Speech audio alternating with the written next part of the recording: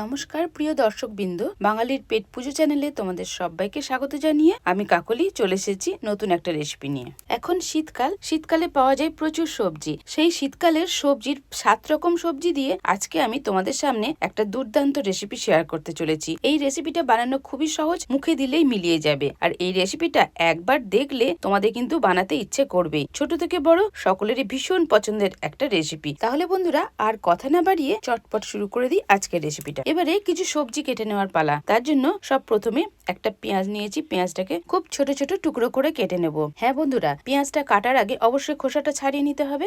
খোসাটা ছাড়ানোর পরে দেখবে পেঁয়াজের গায়ে কালো কালো দাগ থাকে, সেগুলো খাওয়া কিন্তু শরীরের পক্ষে ক্ষতিকারক। সেই জন্য পেঁয়াজটাকে খুব ভালো করে প্রথমে জলে ভিজিয়ে রেখে ধুয়ে নেবে। তারপরে এরকম লম্বা লম্বা করে খুব পাতলা পাতলা করে কেটে নিতে হবে। এই পাতলা পাতলা করে কেটে নেওয়ার পর এই অ্যাক্সেসে আবার কাটতে হবে। যতটা মিহি মিহি করা যায় এই রেসিপিটার জন্য ততটাই কিন্তু ভালো। তাই তোমরা খুব ছোট ছোট করে কেটে নিতে পারো। আমি এরকম ছোট ছোট করে দুটো গোটা পেঁয়াজ কেটে নিয়েছি। এবার রসুনটাকে ভালো করে ছাড়িয়ে নেব। মোটা কোয়া যদি হয় তাহলে পরে তোমার হাফ কোয়া রসুন তোমাদের লাগবে, মানে একটা রসুনের মধ্যে যত কোয়া থাকে তার অর্ধেকটা কোয়ান্টিটির রসুনের কোয়াটা আমাকে ছাড়িয়ে নিতে হবে। তো এইভাবে আমি রসুনের কোয়াগুলোকে আস্তে আস্তে ছাড়িয়ে নিচ্ছি। রসুনের কোয়াগুলো ছাড়িয়ে নেওয়ার পর খুব ভালো করে ধুয়ে নেব, কারণ রসুন তো আগে ধোয়া যায় না, সেই জন্য ছাড়িয়ে নেওয়ার পর ধুয়ে নিচ্ছি। এবারে কাঁচা লঙ্কা কাটার পালা। এবারে আমি বেশ কিছু কাঁচা লঙ্কা কেটে নিয়েছি, 10 থেকে 12টা। তারপর ধনে পাতাটা কিন্তু বেশ অনেকটা কোয়ান্টিটিরই দিতে হবে।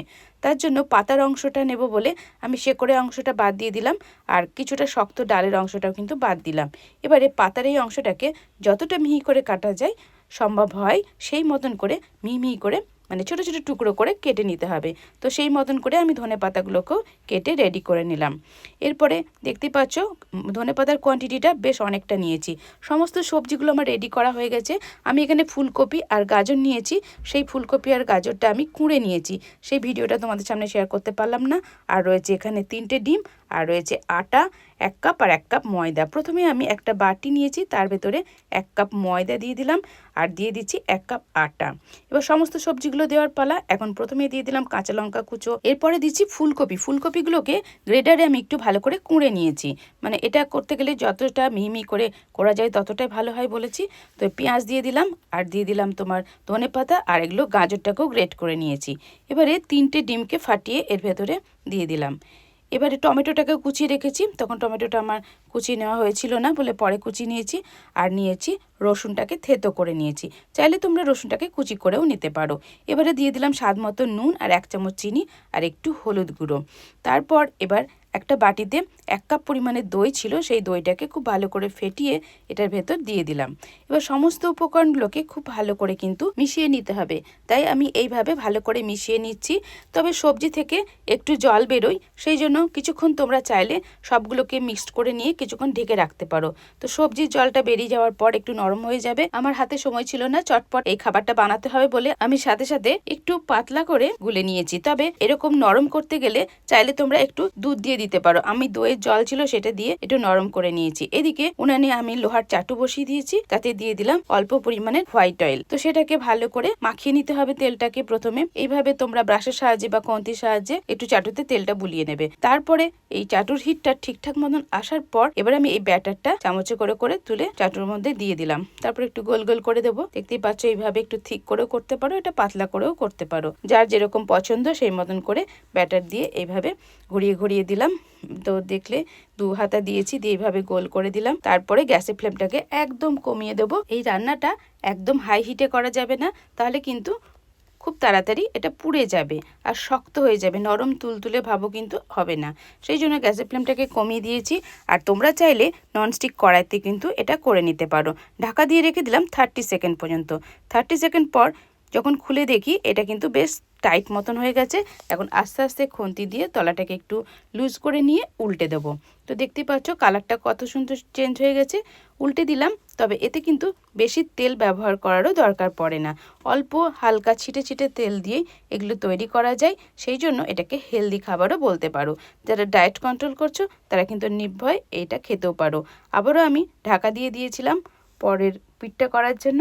তো সেটাও কিন্তু খুব ভালো মতন কুক হয়ে গেছে, 30 সেকেন্ড পর্যন্ত আমি ঢাকা দিয়েছিলাম।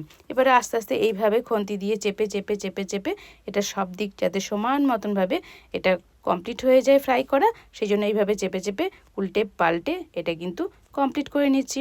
দেখতে পাচ্ছ কতটা সুন্দর লাগছে দেখতে, কালারটাও চেঞ্জ হয়ে গেছে, দেখতেও কতটা সুন্দর লাগছে। আমি গ্যাসের ফ্লেমটাকে এখনও কিন্তু কমিয়ে রেখেছি। হাই হিটে কখনোই কিন্তু এগুলো করা যাবে না, তাহলে কিন্তু শক্ত হয়ে যাবে, নরম তুলতুলে হবে না।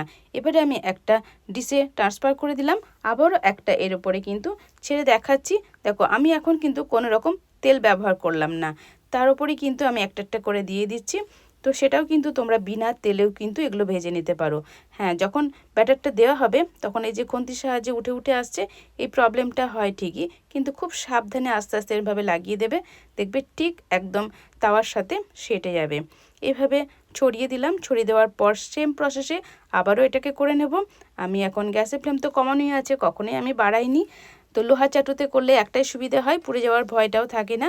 তো ঢাকা দিয়ে আমি আবার 30 সেকেন্ড রেখে দিয়েছিলাম।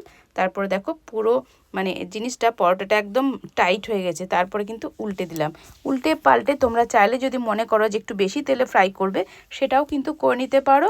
তো আমি এখানে অলিভ অয়েল ইউজ করছি, তোমরা চাইলে তোমাদের পছন্দ মতন তেল দিয়ে এটাকে বানিয়ে নিতে পারো।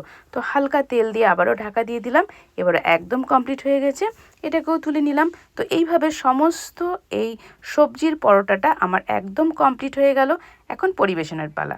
এবার দেখো কতটা সুন্দর লাগছে দেখতে, একদম গোল গোল এই সবজি পরোটা, 7 রকম শীতের সবজি দিয়ে এই পরোটাটা আমি তৈরি করেছি। এটা খেতে কিন্তু অসাধারণ হয়েছে, ছোট থেকে বড় সবার ভীষণ পছন্দের এই খাবারটা। আর এই খাবারটা করার পর তোমাদের তরকারিরও দরকার পড়বে না, সেখানে তোমরা শুধু সস কিংবা যদি কোনো রকম আচার থাকে সেটা দিয়েও কিন্তু খেয়ে নিতে পারবে সবাই।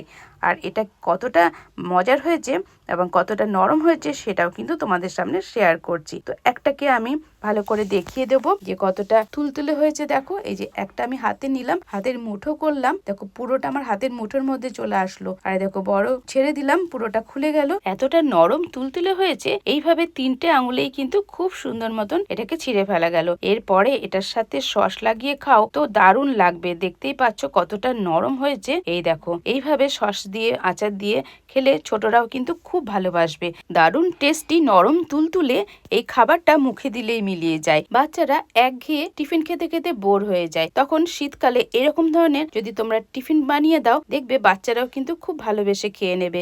শুধু তাই কেন, বাড়িতে যদি গেস্ট আসে তাদেরকেও এটা বানিয়ে খাও, দেখবে তারাও খুশি হয়ে খেয়ে নেবে। আজকে আমার এই রেসিপিটা যদি তোমাদের ভালো লেগে থাকে তাহলে অবশ্যই লাইক করে কমেন্ট করে লিখে জানিও, আর তোমাদের ফ্রেন্ড সার্কেলকে অনেক অনেক শেয়ার করো, তারাও শিখে নিতে পারবে এই রেসিপিটা। আর নেক্সট টাইম চলে আসবো নিত্য নতুন ভিডিওর সাথে। নতুন বন্ধুরা অবশ্যই চ্যানেলটাকে সাবস্ক্রাইব করে নোটিফিকেশন ডান করে আমার পাশে থেকো। Tata, bye bye.